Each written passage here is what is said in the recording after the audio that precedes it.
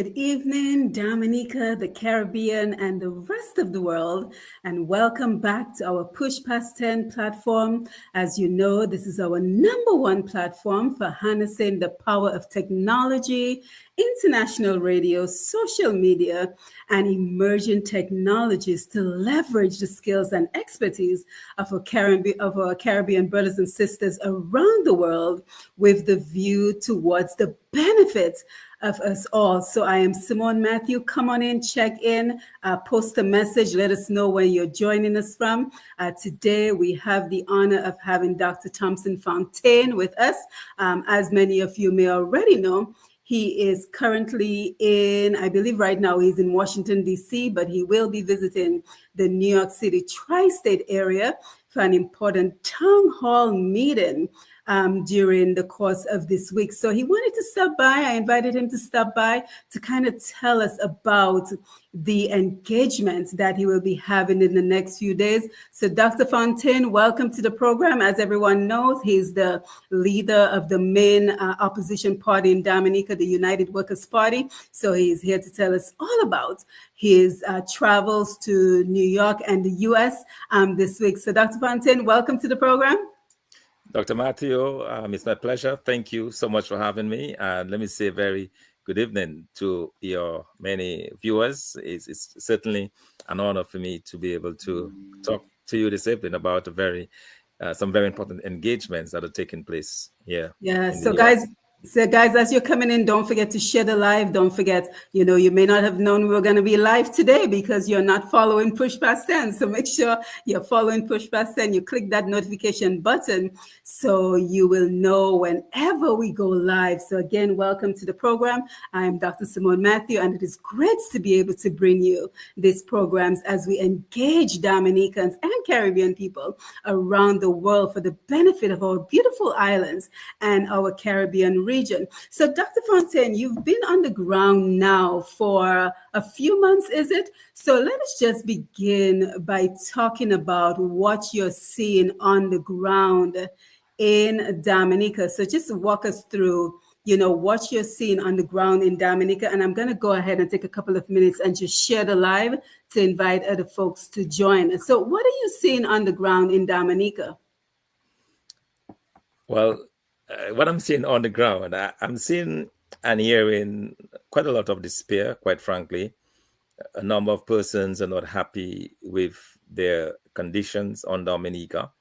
There are issues surrounding the economy. There are issues surrounding jobs.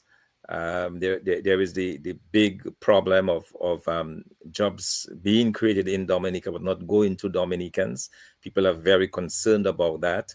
And I think one could say that there is a general atmosphere of despair, and in the sense that people are not seeing their way, so to speak. All right, you have a lot of concern about an economy that does not seem to be growing.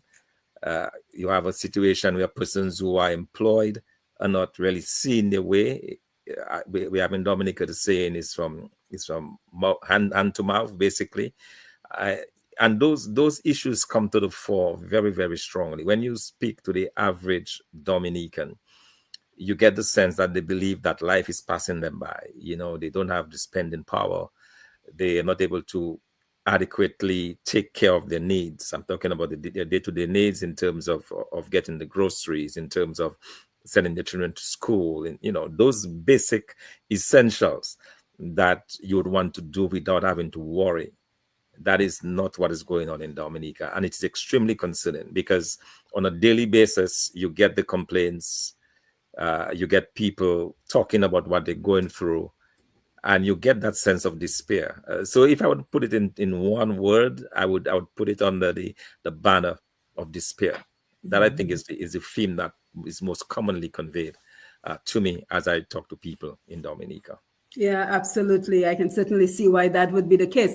But kind of just tell us what UWP is currently doing on the ground in Dominica. Because, for example, I saw on social media that you had an electrical workshop going on in the area. I think I also saw some dominoes being organized by the United Workers' Party. So what is currently going on the ground? What are your initiatives that you're executing on the ground right now? All right. So, interesting enough that you asked us, because some of the activities that you've seen us undertake, like the Domino competition, was for that very same reason that I spoke about: the absence of any type of economic activity, the absence of any kind of movement on the ground. So what the Domino competition was able to do, it was able to draw extremely large crowds of people to the various villages. So what we did is that we spread the competition among the villages of Grand Fond, Riviere, Cyric, Montreal, La Plaine, and then you had individuals who would follow those activities, and then they would contribute to that village on that night. So that was a very good way of generating some kind of economic activity. And now that it is over, people are saying, can we restart? They want an immediate restart, because they felt that it did a lot to not only bring the community together, but also to generate quite a bit of economic activity in the villages. And that is absolutely missing. We had not seen that level of, in terms of the numbers of people, in terms of the enthusiasm, and so on. So that was meant to address that particular concern. The other concern that we've been trying to address, of course, is the young people. What do we do about the young people who cannot find opportunity in Dominica? Many of them believe that the only option is to go overseas. What can we do about that? So part of the thinking is, why don't you introduce some kind of skills training to which the young people can do? Because years ago, we used to have a junior secondary program that catered for the young people, that offered them skills, just the kind of skills that we're teaching now, that offered those skills to them. But this program has long been phased out, so that there is a big emphasis on the academics, but not on those who probably are not so skilled academically, but who can work with their hands and who has the tendency to be able to do that. So we thought that by introducing that program, that would help. So that will take care to some extent of these individuals, give them a skill that they can use, not only in Dominica, but if they choose to migrate, that skill goes with them. Then the third thing that we've been attempting to do is to organize our farmers and organize the markets around farming, because we believe that the agriculture sector has been neglected in Dominica for far too long. We still believe that the way in which you bring back serious economic activity to the villages is the reintroduction of agriculture and farming in a big way.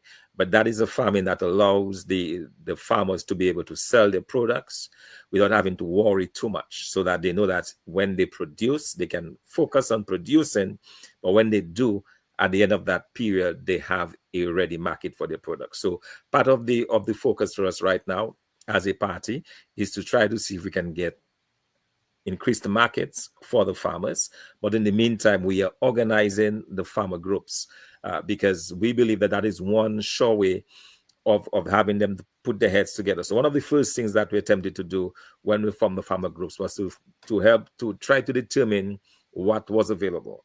So we did a survey of the farmers, and we're still collecting that data, where we asked them, what crops are you currently producing in terms of acreage, in terms of square footage? What are you producing now? What plans do you have for 6 months down the road? So we can get a sense as to what is there and what is on stream. And so these things we believe that we can do as a party in opposition to try to at least bring some life back to agriculture. And those initiatives are bearing good fruit. And a lot more needs to be done. But these are some of the things that we believe that as a party in opposition we can already do to bring some hope to the people. Because above all else, when there is despair, what you need to do is to offer hope. So when people feel that they're in a desperate place, you need to offer them something hopeful.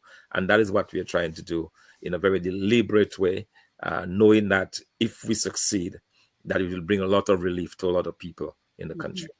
Yeah, and I'm very happy you mentioned that, Dr. Fontaine, because many times one of the main criticism we hear about the United Workers' Party is that you do not have a plan.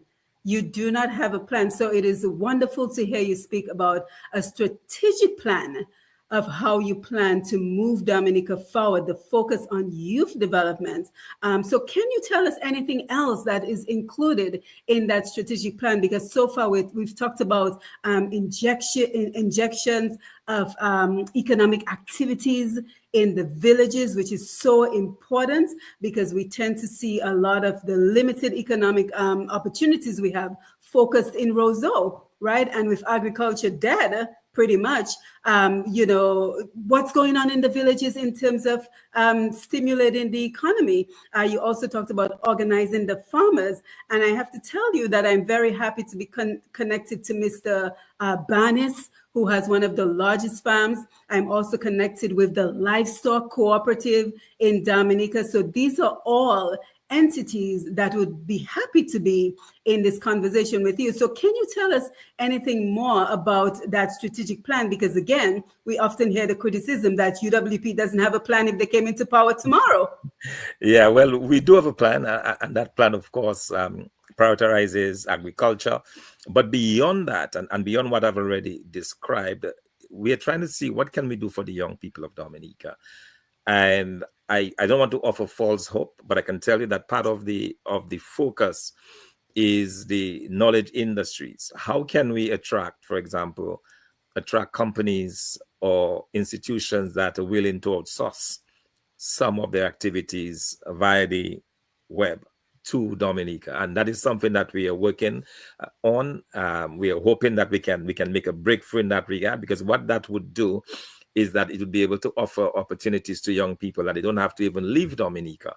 They can stay in Dominica and access those opportunities. So that is something that we're very excited about. We don't have anything to announce just yet, but we are working on it, and we believe that with that kind of commitment, which is part of why I'm here, even here in Washington, looking at that, we can in fact get to that point where we succeed in identifying some areas where we can offer those opportunities to our young people, because that is critically important. And you talked about Barney's Farms and others. I've had extensive discussions myself with them, because we believe that there is scope not only within agriculture, but also within the livestock and the poultry industry.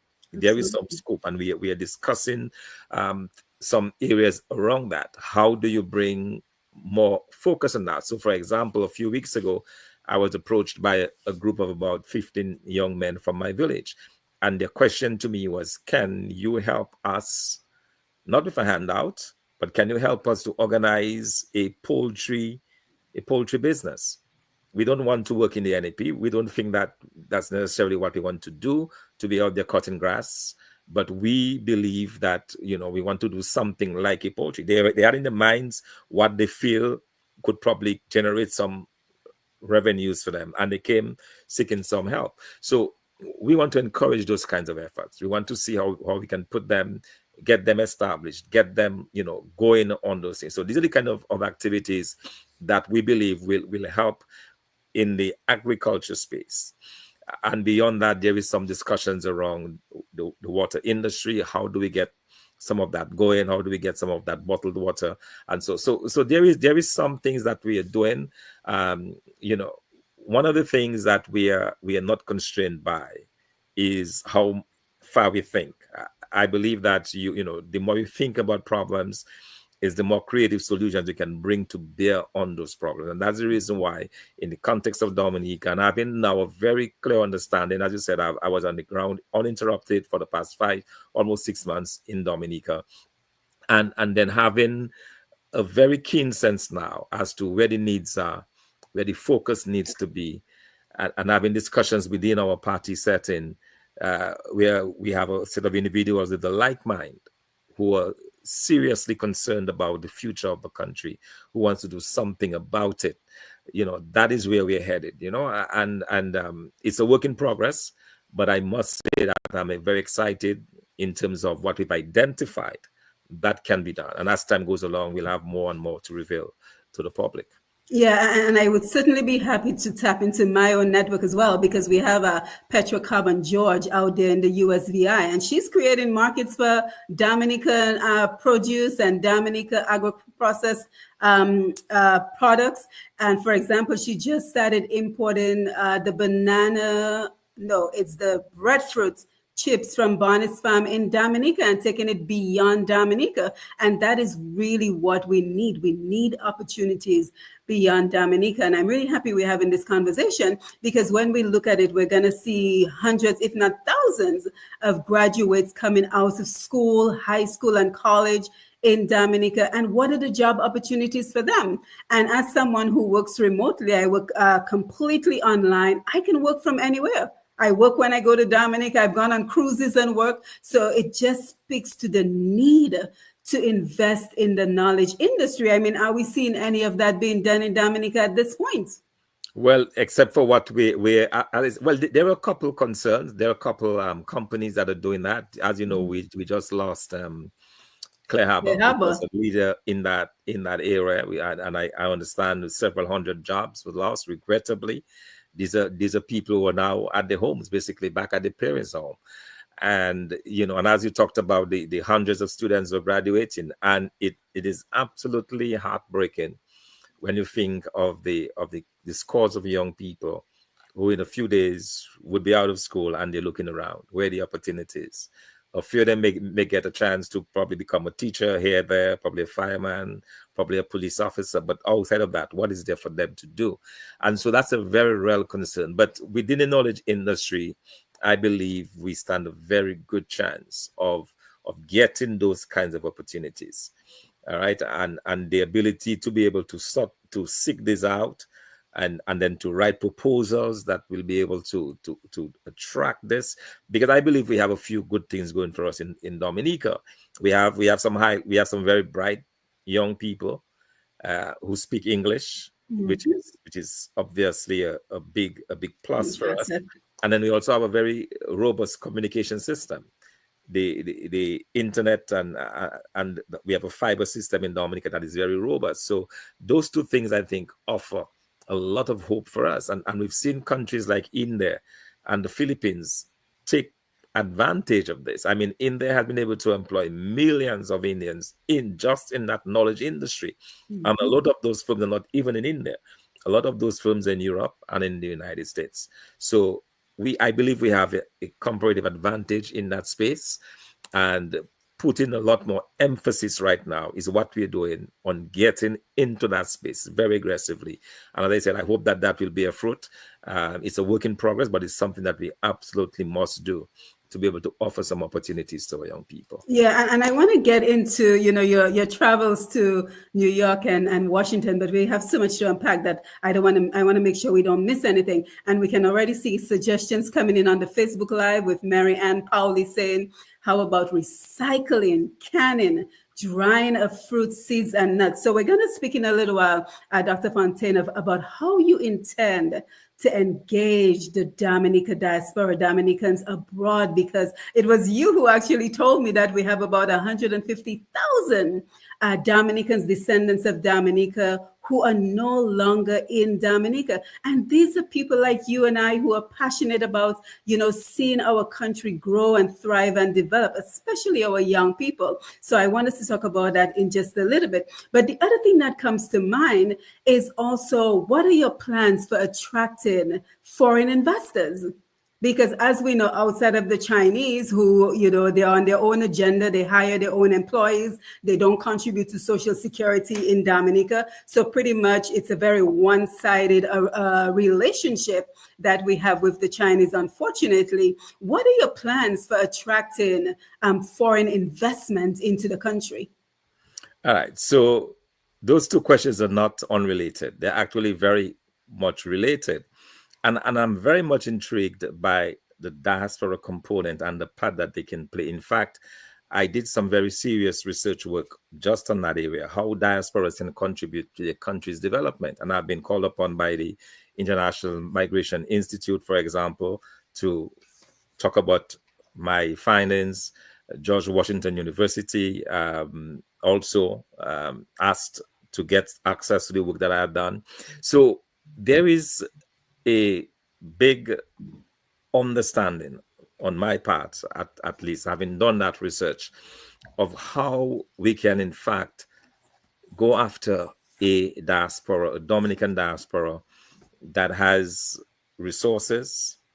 Not only does the diaspora have resources, you have very astute business people, but you also have individuals who, quite frankly, want to give back to their country, but they want to give back in a more substantive way, not just restricted to the idea of sending barrels back. And I suspect the person who talked about the canning and then being able to dry the excess foods and so on, that person is likely somebody in the diaspora who might be thinking along that may be a business project that they can engage in. So there are individuals who are thinking about things that can be done for Dominica.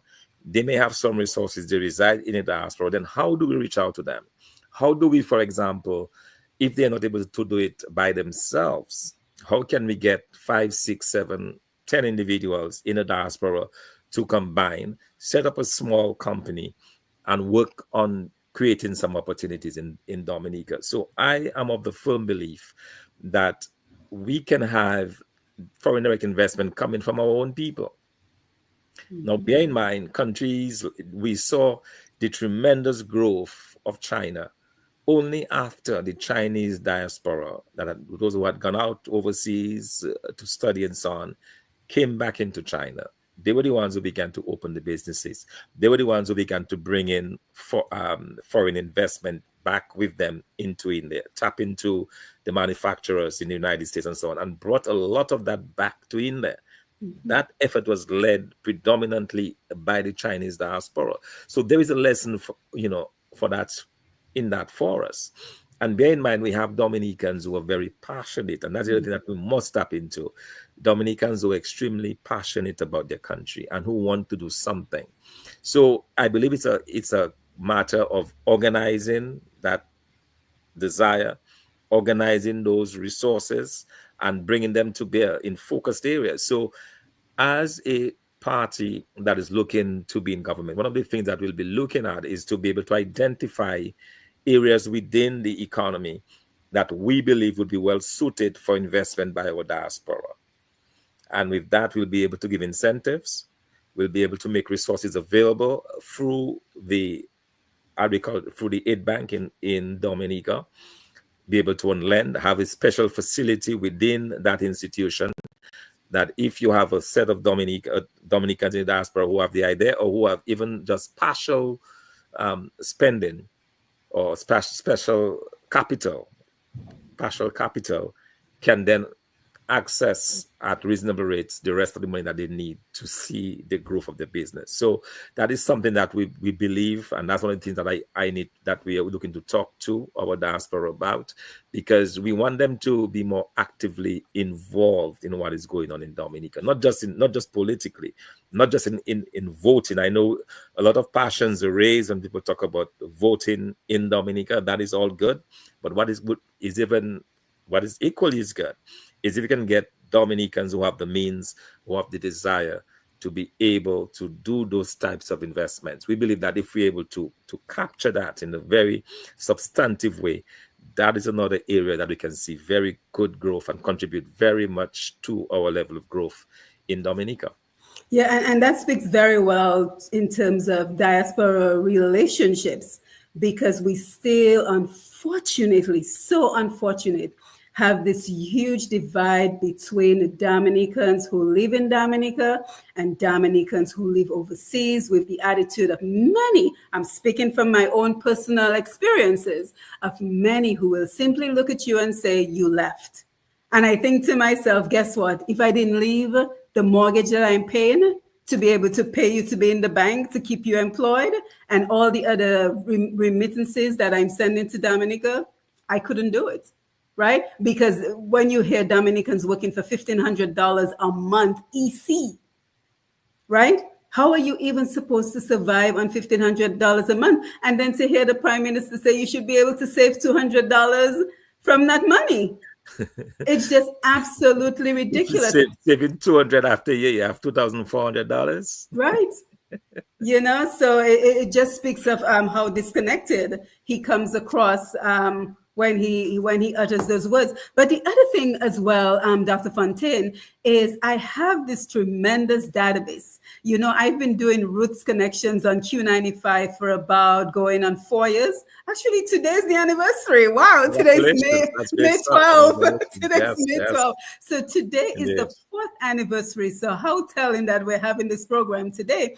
And I have amassed a tremendous database. I've kept the names and the positions, the titles, the career of every single person who's ever been on the program. And they're all very passionate Dominicans.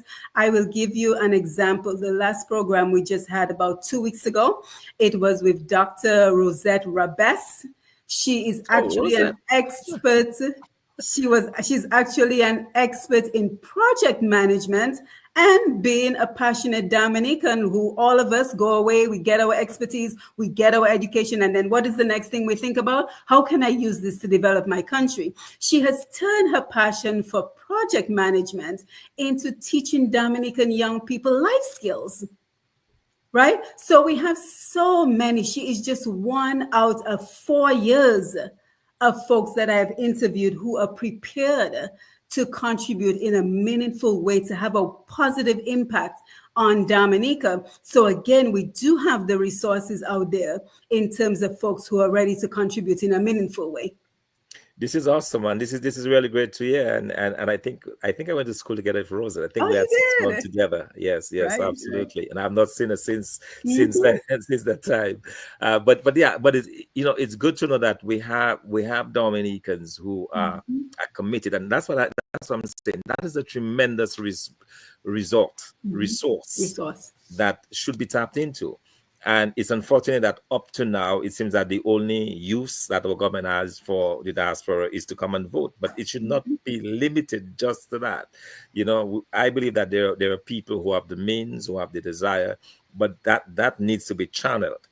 And the best thing a government can do is to create that enabling environment that will allow people to thrive. So you have those schemes. You have, you make it possible that those diasporans who want to give something back to their country have access to resources. You Mhm. know, they may have some, they may not have all of the resource. How can you help? What kind of incentives can you provide to them?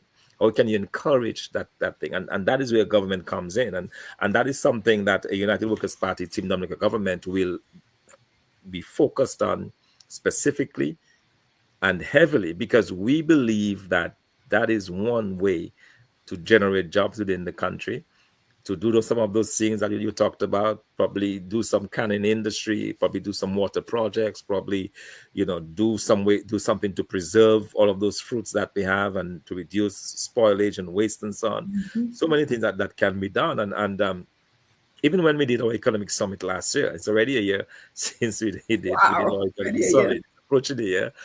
And one of the things that I was pleasantly surprised at is even locally, the number of business ideas that were being generated. But one thing I observed and noted is that there is a limit in terms of how far those homegrown businesses can move, because they simply do not have access to capital. Banks are often unwilling to take chances on startups because they fear that they will fail and they will not be able to get their monies back. The government has not paid much attention to them, but these are people with some brilliant ideas doing great work, but they're limited in terms of how much they're able to grow their businesses. So what you really want to do is to have within the government operations some type of institution that will be focused on business development. All right, that will focus not only on those in diaspora who want to come back, but also Dominicans already doing things. So, can you, for example, encourage a partnership between Dominicans residing overseas and those in Dominica? There may be a company, for example, already doing business in Dominica, a startup. Now, can this company link up with 4 or 5 diasporans who may have $5,000 each to contribute? So let's say we put together. I'm suggesting a possible model, right? You have a company that's already functioning in Dominica. They need $100,000, right, to expand. They cannot get it from the bank. Now, are there let's see, it. 10 Dominicans, say, right, who are willing to come together and put $5,000 each, right, to contribute, and then you have a small partnership agreement with them. They contributed $5,000 US, and that company has its $130,000 to do what it has to do. And as they make profits, they pay back and so on. There are different ways of doing it, but it will take organization, it will take a committed effort, but we don't see any of those efforts.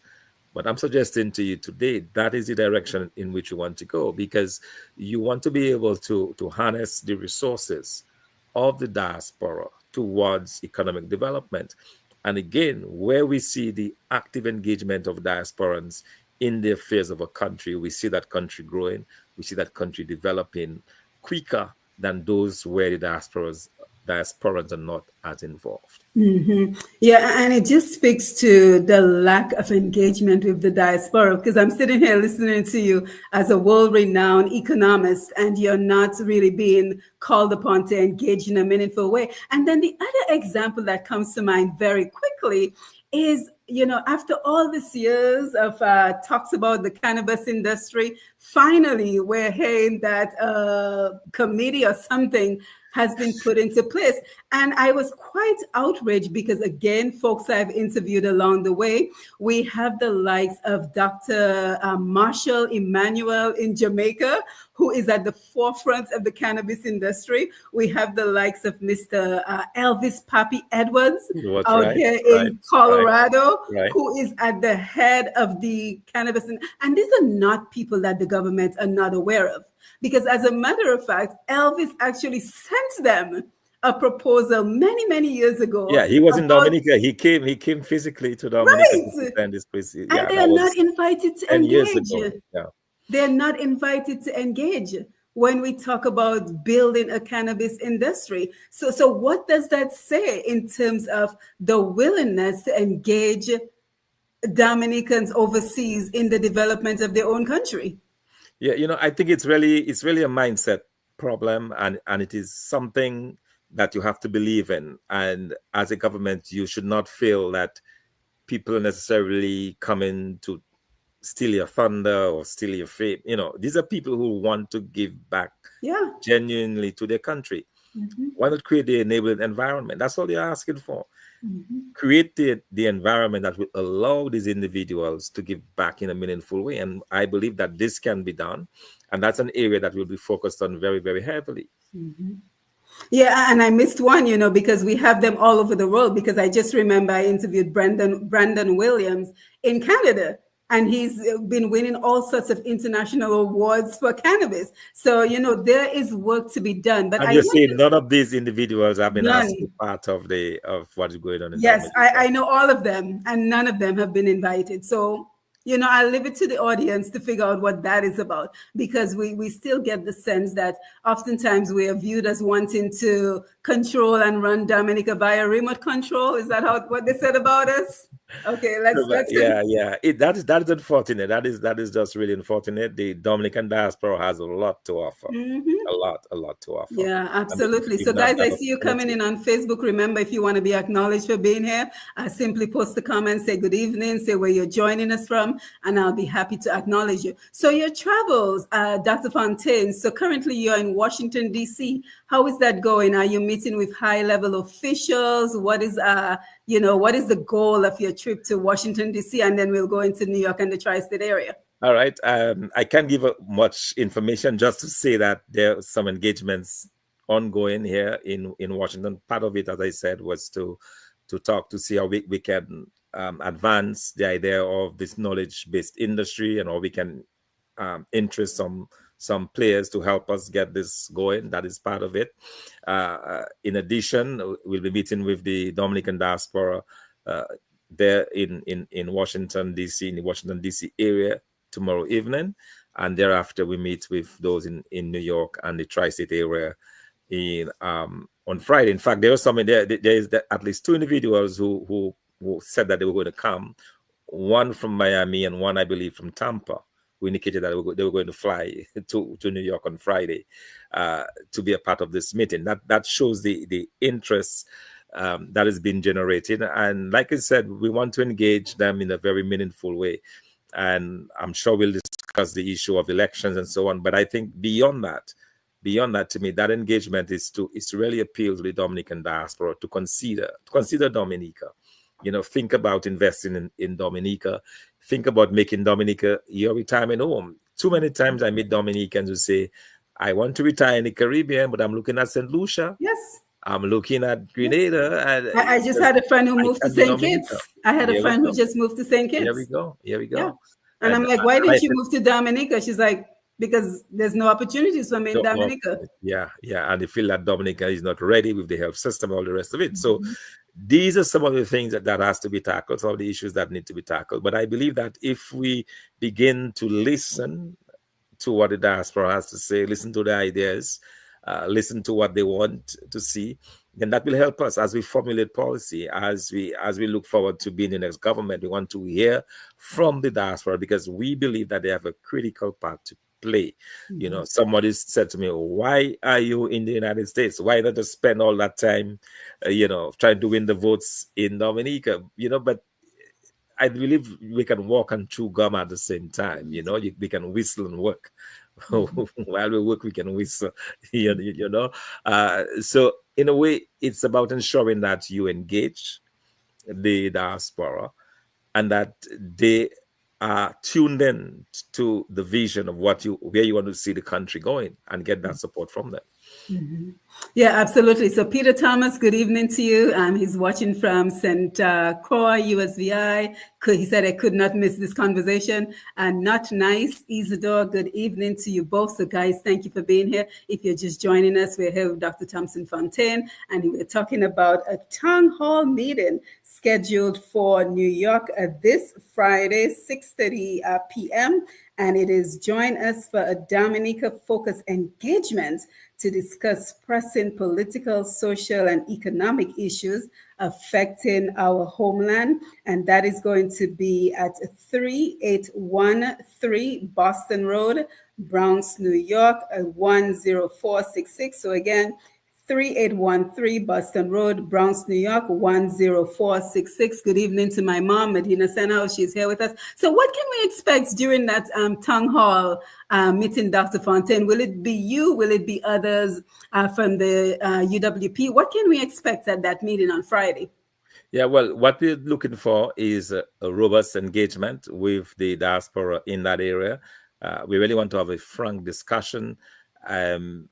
I will not be giving necessarily a very long speech. I just want to give a very brief introduction as to what we are looking for in terms of the types of, kind of set the tone for the discussion. It has to be a discussion with the Dominican diaspora on critical areas. I'm sure they'll be interested in the electoral reform efforts, the election process. I'm sure that will be discussed.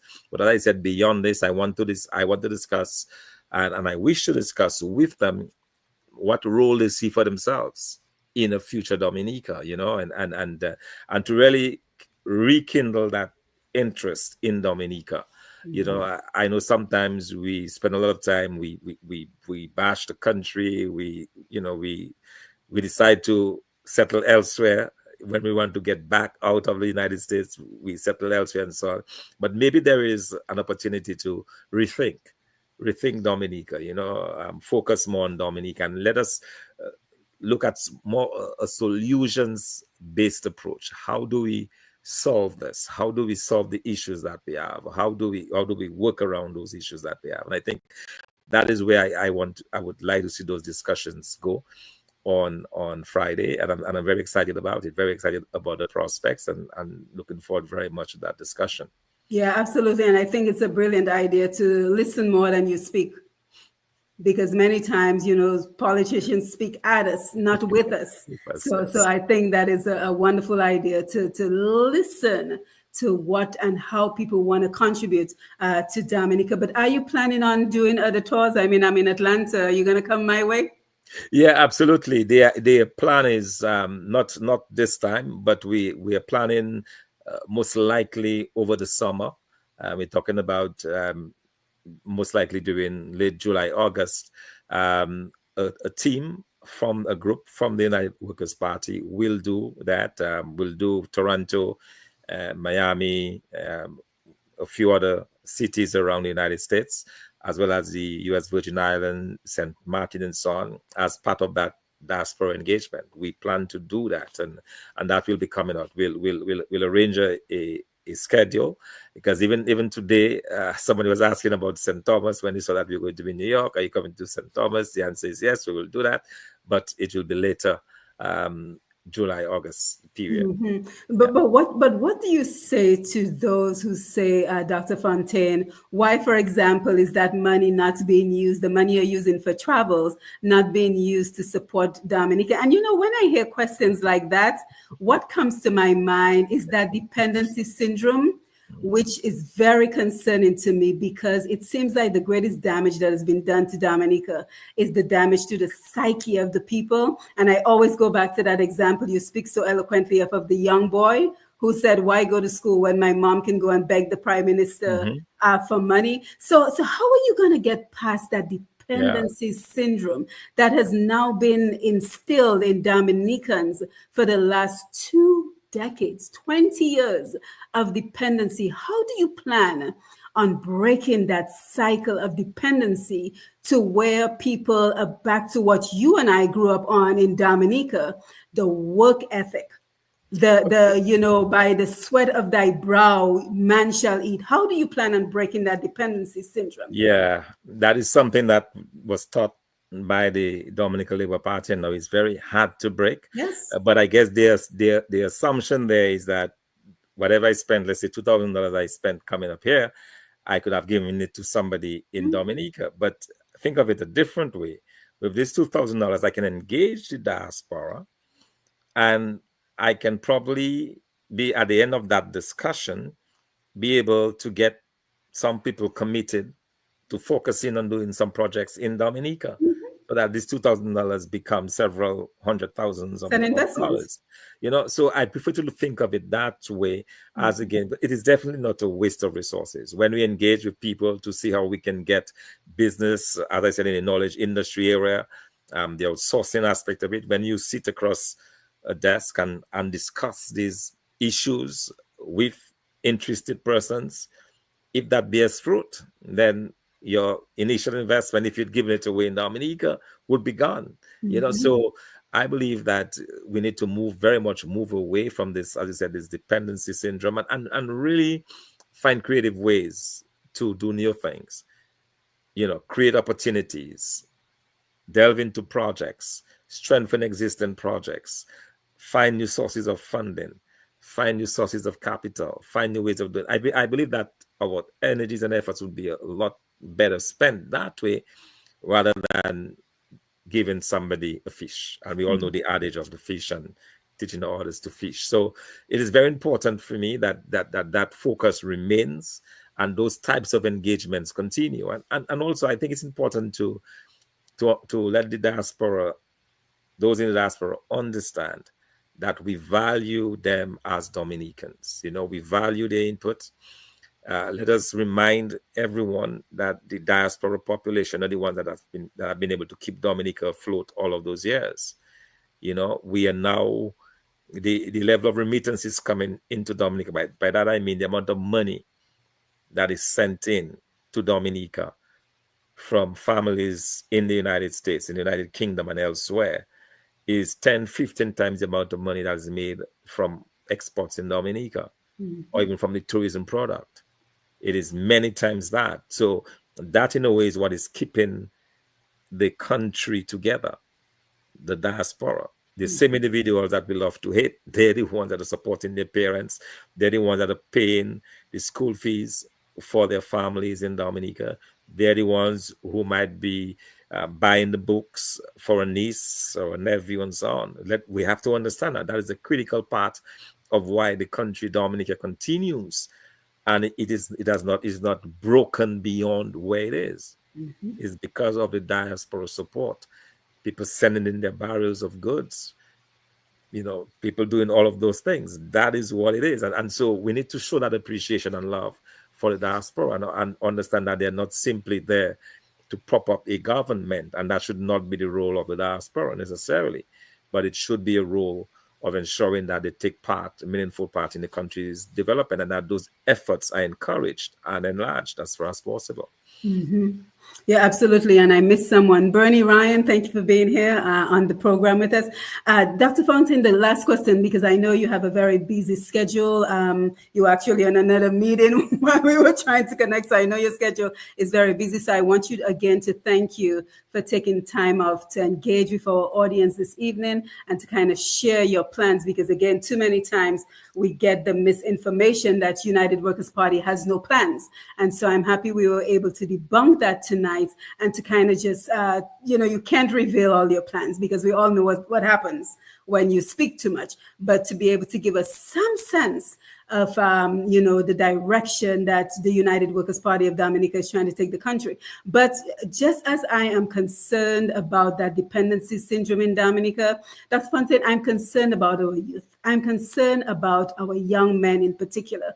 When you hear the dwindling numbers of young men who attend the state college, when you hear of entrepreneurship programs where there are 15 women and 3 men, when you hear about the violence, the gun violence, you hear about the tragic deaths on motorcycles. I am very concerned about our youth in general and especially our young men.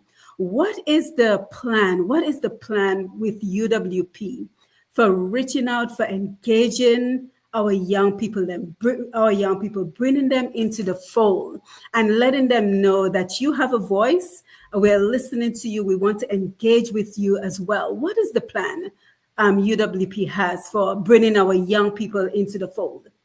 Dr. Matthew, I'm so glad you asked this question because that is something that is near and dear to my heart, and to see that is a crisis. There is a crisis among the young men in Dominica, and I do not get the sense that it has been dealt with adequately. So we continue to lose our young men to violence. Somebody gave me a story, and I wish that story was not true, but the person swore that it happened because it happened to them, and I was not hearing from a third party, but they were talking to some young men from the academy, my alma mater, and they were asking them, "What do you want to do when you leave school?" And the 3 first guys to respond, their answer was, as soon as they're done, they head in for the back door. Mm-hmm. Right? They were not talking about going on to become pilots or lawyers or doctors or, even agronomists or anything of that sort. Their reality was, we are going to make a quick buck through the back door. And these are high school boys, right? These are boys in high school. And so I think that is where we are in Dominica. And as you said, the numbers say it all, in terms of the dominance of girls. And when it should be almost 50-50, it's probably more like a 70-30 ratio we see in higher education in Dominica. And the fact that so much of them are into deviant behavior and into the gang lifestyle and so on, it is really heart-wrenching, and something must be done. There must be a government intervention to ensure that our young men have more opportunities. And that's the reason why we went to do this issue of the electrical and plumbing and small appliance repair, because to me, that is an area that young men would naturally gravitate to. And sure enough, we have only one woman out of the 15 or 16 individuals that we have doing the training. There's only one young lady, the rest are men. All right. So we have to find those types of opportunities, especially for the young men who may not have the discipline to sit through the academic type schooling, but we need to reintroduce those skills training. That is an absolute must, even on the road. If you look at the NEP workers, the vast majority are women as well, who take on that type of employment. So it means that our young men are not even necessarily working. All right? So we have to find ways to engage them. We have to find ways to equip them. And that is where government policy comes in. But it has to be deliberate. It has to be focused. It has to be policy that says we will not allow our young people to just be wasted, especially our young men. But what programs can we put?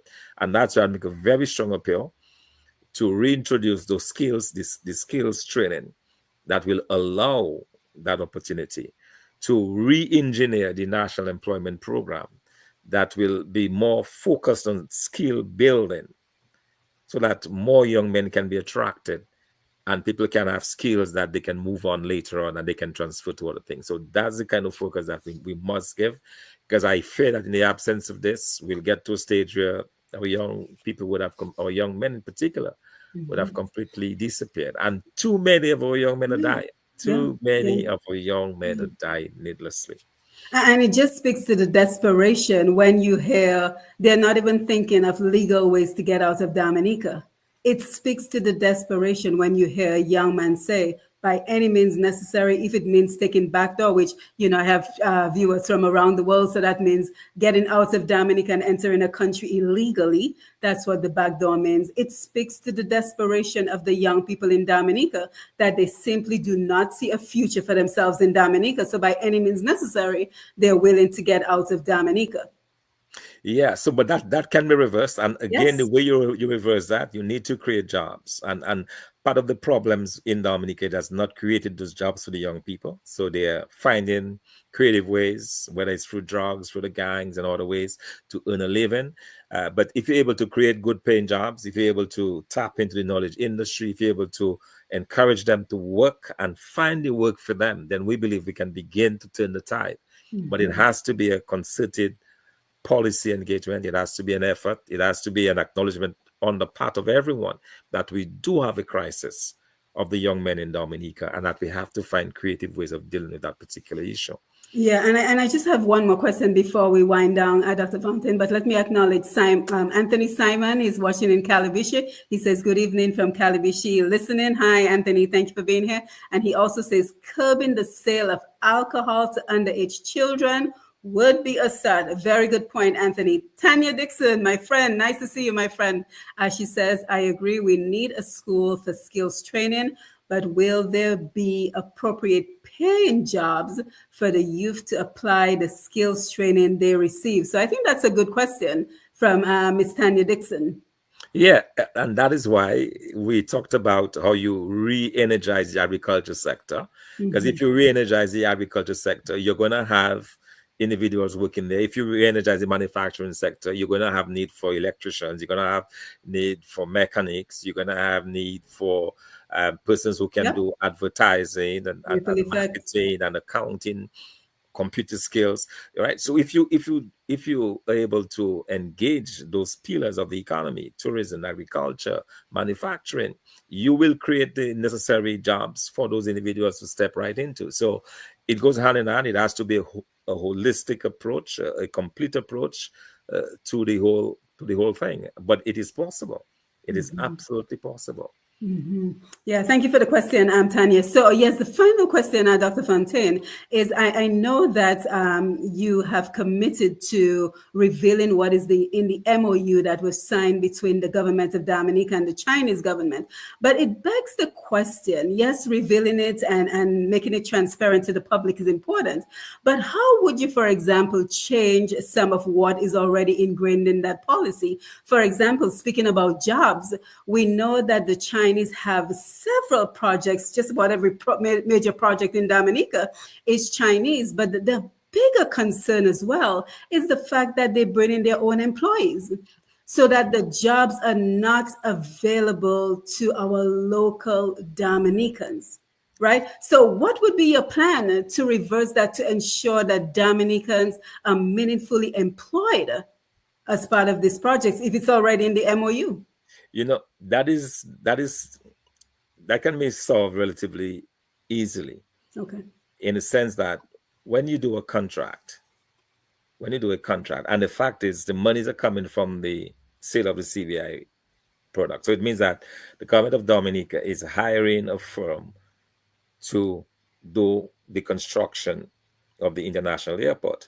It is up to the government to ensure that when they come to negotiate the contract, that in there is a minimum allowance clause.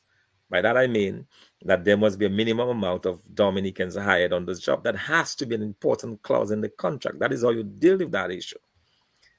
Now, if you do not do that, if you do not insist on that clause in the contract, you cannot blame the Chinese company if they turn around and make it exclusive to Chinese. Okay. So the onus is on the government. When they're negotiating those contracts, they have to insist. So, for example, another clause that should have been in those contracts is to say that, okay, the amount of work that will go, let's say, you can quantify the amount of work even beforehand. You would say that we will need to spend, let's just use a number, $10 million on trucking services for that project. You can insist that for that $10 million, 50, 60% must be to local truckers. Mm-hmm. All right. So there are ways in which you can do it, but it has to be done in the process of negotiation. All right. So I don't necessarily blame the Chinese because they're looking, once they have the contract, they're trying to see how they can do it at the least cost. So they'll bring in cheap labor. They will pay these guys from the Philippines or wherever $500 a month. And they'll be quite happy because in their currency, that is a huge amount of money for them. Money they'll probably have to spend a whole year working in the Philippines to get, they can get in a month. So I don't blame them. I blame our government for not insisting that those clauses are included in the contracts of work. And that is how you deal with that issue. You know, you must be able to afford some minimum protection to your locals. You must insist that the interests of the Dominican is served first and foremost, especially when these projects are financed by monies from the country. Mm-hmm. And Absolutely. even if it were loans from the Chinese, it will be the same thing because loans you have to pay back. All right. Mm-hmm. So if it's not like you're getting a grant that says, okay, we are giving that to you for free. No, it has been paid back by the people of Dominica. So you have to ensure that you have those guarantees in place. Mm-hmm. Well, thank you for being here, Dr. Fontaine. Let's just remind our audience that, again, there's a town hall meeting this Friday, February, May 16th from 6:30 p.m. And that is going to be in the Bronx. So if you're in New York, New Jersey, Connecticut, the tri-state area, you certainly want to join Dr. Thomson Fontaine as he discusses Dominica-focused engagement to discuss pressing political, social, and economic issues affecting our homeland. And again, that is going to be 3813 Boston Road, Bronx, New York, 10466. And Dr. Fontaine, in case anybody has any questions, maybe they need directions to get to the location where you're going to be, is there a contact number that folks can call if they are needing more information? Yes. Well, I guess they can contact me through Facebook. That's probably the easiest way. If you have any issues, contact me through Facebook. I also have to find out how to get there, but we can figure it out. Well, and New Yorkers are pretty savvy. They know their way around. And I think there's Yes, a number for the MTA in New York where you can call and provide the address, and they will tell you tell what you what bus, what combination of train. buses and train to take. Yes, and Absolutely. everything else you will need to get there. So, Dominicans are pretty resourceful people. So I'm sure they will figure out a way to come out and see you. Do you have any final thoughts for us as we wind down this evening? Well, just to say how thankful I am for this opportunity, Dr. Matteo. It has been a pleasure, certainly, to spend time and to really focus on Dominica. But I think very often and unfairly so, we are being accused of bashing Dominica. Oh, we don't like the opposition, don't like the country, and so on. But that is not true. We are doing this because we are passionate about Dominica.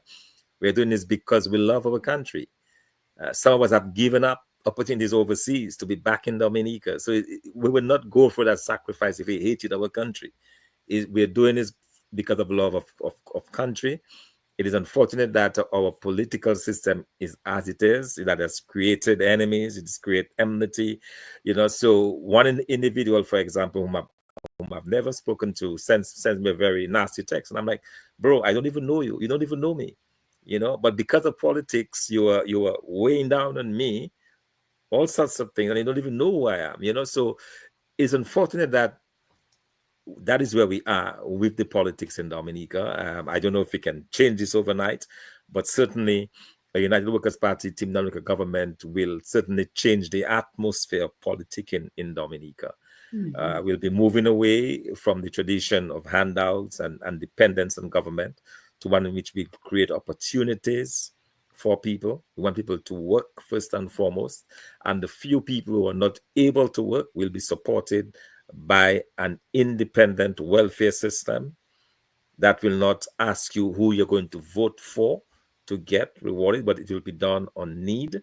We will have a system of government that will reward people for hard work, meritocracy, so that you get promoted in the police force or as a fire officer, not because you support a government, but because you're doing your work as a police officer or as a fireman. We want to get back to that period, to that situation in Dominica, where people are rewarded for hard work and not for simply blindly supporting a government. And I think that's where we need to get. That is how we are going to move past where we are in Dominica, that current state of what I call of rot, of a collapsed economy, of stagnated incomes that are not rising, in wages and salaries that are stuck. People really fighting to make ends meet. This level of despair I spoke about at the start. The way we get past that is to have a government that cares deeply about the people of Dominica, that creates opportunities, but also takes care of those who need help from the government. By doing it, not asking that they support them necessarily in return, but by doing it under well-structured and well-managed welfare system. So that is what we can offer to the Dominican public. And we will need the support, obviously, of the Dominican voter. If you're going to realize any of this, none of that will be possible. It will just remain dreams in our heads and plans and strategies that we come up with. But for us to make it a reality, to get to where we need to in Dominica, we need the support. And that is the reason why we have engaged, and we're engaging on the ground in Dominica. And even as just before you spoke tonight, that's what we were discussing. How do we unveil that plan to be on the ground in a very meaningful and substantive way, to listen to the Dominican voter, and also to offer them some hope, because we believe that that is very important. It's important to offer people where they are, to offer that there is something better, that our better days are ahead, and that we can do better if we work together as Dominicans. And I certainly want to say a big thank you to you, and I look forward to the discussion tomorrow night, obviously, here in Maryland, and on Friday in New York City. Oh, do you have where in Maryland you will be tomorrow night? Yeah, this one is more of a private type. Okay, that's fine. It is by invitation. It's not in a public. Okay, that's fine. It is by invitation. It's a few individuals we are bringing together to kind of brainstorm and so on. So if there's anybody who's listening and who's interested, contact me and we can get you in. All right, sounds good. Well, thank you, Dr. Fontaine, for being here. Thank you for engaging with the audience this evening. Thank you to everyone who joined us via Facebook and YouTube Live, as well as everyone who will listen to this on my Untapped Potential radio show on TDN Radio. You're very familiar with TDN Radio, Dr. Fontaine. So thank you guys. Oh, yeah. Thank you guys for being here. Don't forget to follow Push Past 10 and click the notification button so you will never miss another live conversation. And as we continue to grow, we're now up to like 2 million views a month. We will continue to harness the power of technology, international radio, social media to leverage the skills and expertise of our Dominican and Caribbean brothers and sisters at home and abroad for the benefit of us all. So thank you for being here. Again, I'm Dr. Simone Matthew. It is always wonderful to be in your company, to engage with you so we can all continue to positively impact the communities where we live and the rest of the world. So with that, I bid you good evening, good night, farewell, wherever you are. And thank you for being here. Until next time, take care. Bye-bye. All right. Bye. Thanks. Thank you.